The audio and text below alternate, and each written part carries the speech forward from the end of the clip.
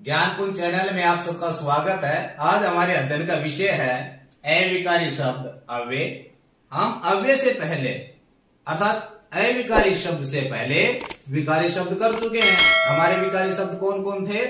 संज्ञा, सर्वनाम, क्रिया और विशेषण। और विकारी शब्द का अर्थ आपको अच्छी तरह याद होगा कि वे शब्द जिनमें लिंग, वचन, पुरुष काल के कारण परिवर्तन हो जाता है। आज हमने अध्ययन करना है अव्यय का। आइए अव्यय का अर्थ करते हैं।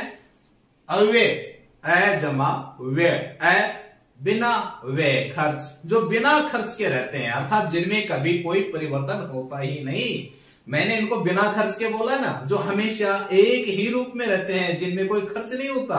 अर्थात आपके पास 100 का नोट है ना, और वो 100 का नोट बिना खर्च के कितना रहेगा? 100 का 100 रहेगा ना 99 हो सकता है, ना 85 हो सकता है ना, घटता नहीं है ना। उसका रूप 100 का उतना रहेगा, कीमत उसकी उतनी की उतनी रहेगी।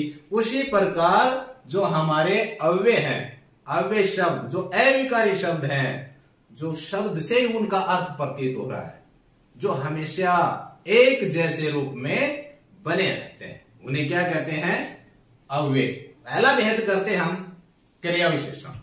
देखिए क्रिया, आपको पता लग गया ना क्रिया। इससे पहले का जो वीडियो हमने बनाया, उससे पहले एक वीडियो था क्रिया किसे कहते हैं, क्रिया के कितने प्रकार हैं, है ना। जिस शब्द से यह पता चले कि काम हुआ कि नहीं हुआ, उसे क्या कहते हैं? क्रिया। और क्रिया हिंदी वाक्यों के अंदर क्या आती है? सबसे अंत में आती है। सबसे पहले कर्ता आता है, फिर क्या आती है? क्रिया, है ना। तो क्रिया विशेषण, जो शब्द क्रिया की विशेषता बताए उसे क्या कहते हैं? क्रिया विशेषण कहते हैं। जैसे देखिए, उदाहरण देखिए, राम धीरे धीरे चलता है। तो यहां पर राम के द्वारा जो क्रिया की जा रही है, कौन सी क्रिया की जा रही है? चलने की। वो चलने की क्रिया कैसे की जा रही है भाई? धीरे धीरे। तो धीरे धीरे शब्द क्या हो गया? क्रिया की विशेषता। और जो क्रिया की विशेषता बताता उसे क्या कहेंगे? क्रिया विशेषण। पहला भेद है रीतिवाचक क्रिया विशेषण। देखिए रीति का मतलब होता है परंपरा, विधि, ढंग। आप शब्द का अर्थ समझ लीजिए, विशेषण समझ में आ जाएगा। कौन सा? क्रिया विशेषण। क्रिया विशेषण का भेद कौन सा है? ये रीतिवाचक। रीति का मतलब होता है परंपरा, ढंग, रिवाज। कोई काम किस ढंग से हम कर रहे हैं उसे रीति कहते हैं। वाचक मतलब कहना, और विशेषण में विशेषण। तो रीतिवाचक क्रिया विशेषण क्या होगा? जो क्रिया के होने का, जो क्रिया के होने का ढंग बताए कि क्रिया किस प्रकार हो रही है, उसे क्या कहते हैं? रीतिवाचक विशेषण कहते हैं। उदाहरण देखिए, सीता धीरे धीरे गाती है। सीता के द्वारा जो गीत गाया जा रहा है भाई, वो किस प्रकार गाया जा रहा है? धीरे धीरे। मतलब उसके द्वारा जो क्रिया की जा रही है वो धीरे धीरे की जा रही है। हमारा दूसरा उदाहरण है, मोहन ध्यान पूर्वक पढ़ता है। अब पढ़ने की क्रिया कौन कर रहा है? मोहन। लेकिन किस प्रकार? ध्यान पूर्वक, बड़ी एकाग्रता के साथ मोहन पढ़ रहा है। तो ध्यान पूर्वक पढ़ता है, तो पढ़ता की विशेषता क्या हो गई?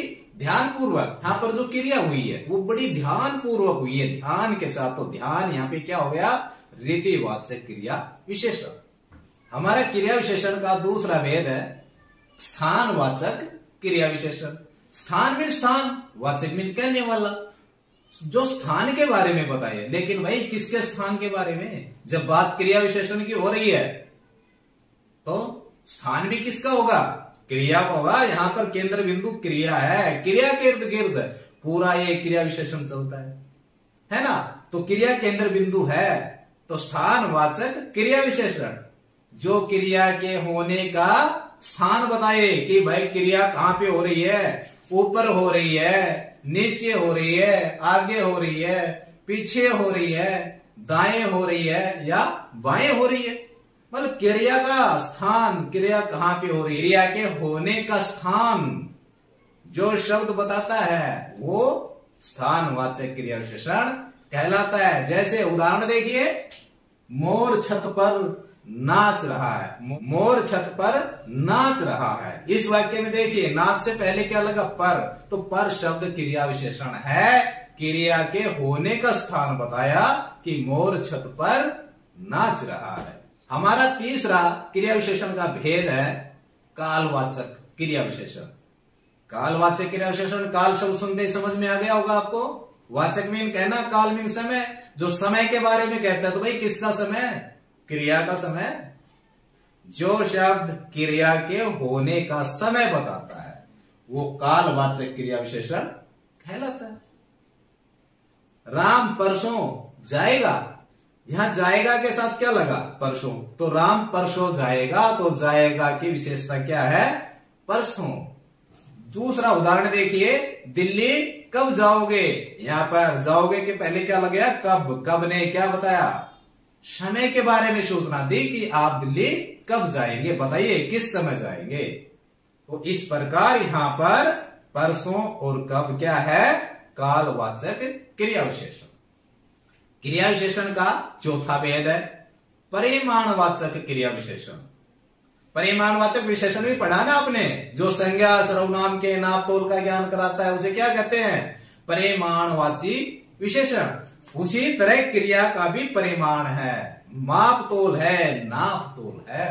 तो समझ में आ गया होगा, आपने अर्थ लगा लिया होगा ना। जो क्रिया के नाप तोल का ज्ञान कराए उसे क्या कहेंगे? परिमाणवाचक क्रिया विशेषण। उदाहरण करते हैं, कम बोलो। यहां पर बोलने के बारे में बता दिया, बोलने का माप बता दिया कि कम मात्रा में बोला करो। अधिक उपजाओ, यहां फसल के बारे में बता दिया, अधिक भाई उसकी पैदावार अधिक से अधिक करो। बंगाल में पटसन बहुत होता है, यहां पर पटसन की पैदावार के बारे में वो जो क्रिया है उससे पहले क्या लग गया? बहुत। बंगाल में पटसन बहुत होता है, तो बहुत शब्द क्या हो गया? परिमाणवाची विशेषण। हमारा अव्यय का दूसरा भेद है संबंध बोधक अव्यय। संबंध मीन संबंध, बोधक बताने वाला, जो संबंधों को बताता है। वाक्य में संज्ञा सर्वनाम शब्दों का, संज्ञा सर्वनाम शब्दों के साथ संबंध बताने वाले शब्द क्या कहलाते हैं? संबंध बोधक अव्यय कहलाते हैं। इन अव्ययों की खास पहचान है क्या? इनके आगे कोई ना कोई परसर्ग लगा होता है, जैसे के आगे, के पीछे, है ना, की ओर, इस तरह कोई ना कोई परसर्ग लगा होता है। उदाहरण देखिए, वह बाजार की ओर गया, वह बाजार की ओर गया, वह बाजार की ओर गया। की ओर ने वह और बाजार के बीच में संबंध बताया है कि वो बाजार गया है। बाजार क्या है? संज्ञा, और वह क्या है? सर्वनाम। दूसरा उदाहरण देखिए, मेरे मकान के आगे बगीचा है। अब मकान संज्ञा और बगीचा भी क्या है? संज्ञा, लेकिन उनके बीच में किस शब्द ने संबंध बताया? के आगे। तो के आगे क्या है? संबंध बोधक अव्यय। अव्यय का हमारा अगला भेद है समूचे बोधक अव्यय। समूचे बोधक अव्यय वाक्य के अंदर पदों, पदबंधों, उपवाक्यों आदि को आपस में जोड़ने का काम करते हैं। जैसे उदाहरण देखिए, मोहन और सोहन अच्छे मित्र हैं। यहां पर मोहन एक पद है और सोहन एक पद है, और दोनों के बीच में और आ गया, और योजक समुच्चय बोधक और ने दोनों पदों को आपस में जोड़ दिया। मोहन और सोहन अच्छे मित्र हैं। हमारा दूसरा उदाहरण है, नहा धो लो और खाना खा लो। नहा धो लो एक वाक्य, खाना खा लो अलग वाक्य, और दोनों के बीच में क्या आ गया? समूचे बोधक अव्यय। और नहा धो लो और खाना खा लो। एक और उदाहरण देखिए, यदि मेहनत करोगे तो पास हो जाओगे। यदि मेहनत करोगे तो यहां पर क्या है? समूचे बोधक अव्यय। तो ने दोनों वाक्यों को आपस में जोड़ दिया। तो इस प्रकार समूचे बोधक अव्यय वे अव्यय होते हैं जो वाक्य में आए पदों, उपवाक्यों को आपस में जोड़ते हैं। समूचे बोधक अव्यय के दो भेद हैं। पहला भेद देखिए, समानाधिकरण अव्यय। समानाधिकरण मतलब समान वाक्यों को जो आपस में जोड़ता है, समानाधिकरण अव्यय कहते हैं। उदाहरण देखिए, मैंने बहुत कोशिश की मगर सब बेकार गया। यहां पर मगर समानाधिकरण अव्यय है। पहला वाक्य और अंतिम वाक्य दोनों वाक्य क्या है? समान वाक्य हैं। दोनों वाक्यों का समान महत्व है। दूसरा उदाहरण देखिए, आप चाय लेंगे या कॉफी?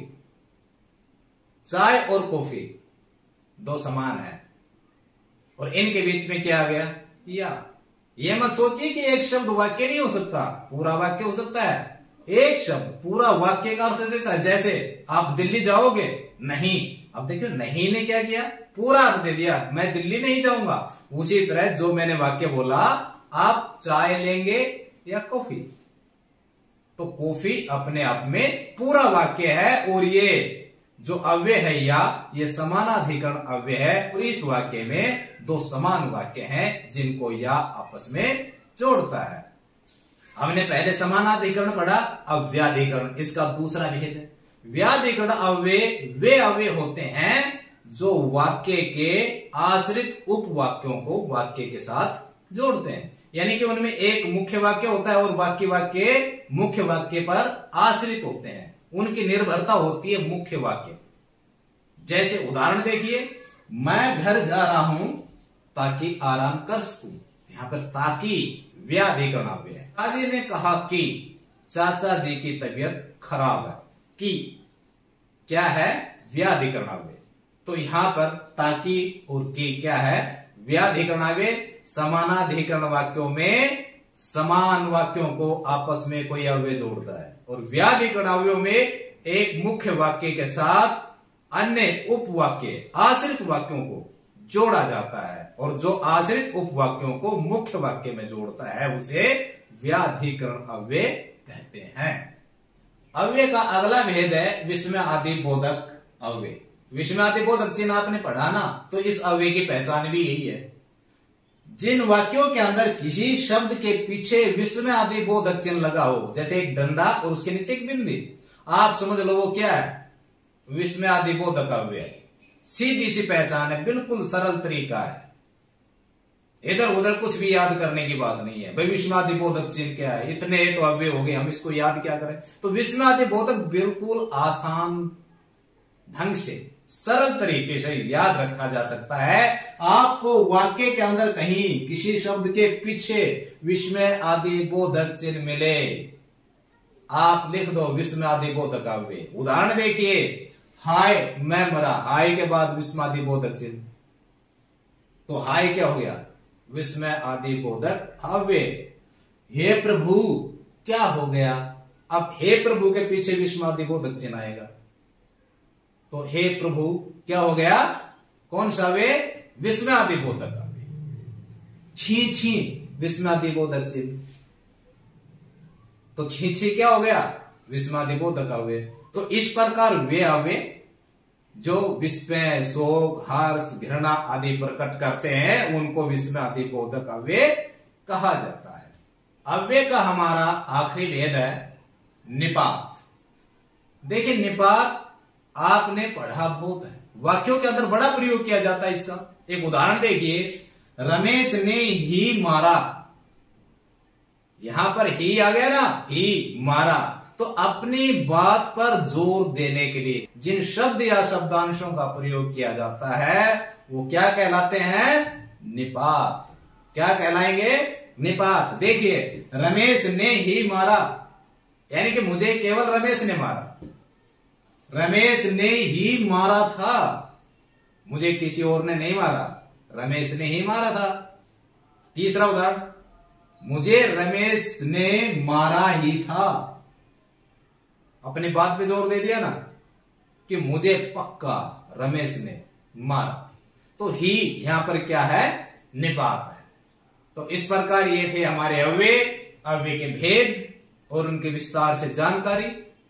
आपको जानकारी अच्छी लगी तो चैनल को सब्सक्राइब, लाइक, शेयर जरूर कीजिएगा और बेल आइकन दबाना न भूलें, क्योंकि बेल आइकन दबाने से होगा ये कि जो भी व्याकरण से संबंधित मेरी तरफ से जो भी वीडियो आएगी वो सबसे पहले आपके पास पहुंच जाएगी। नमस्कार।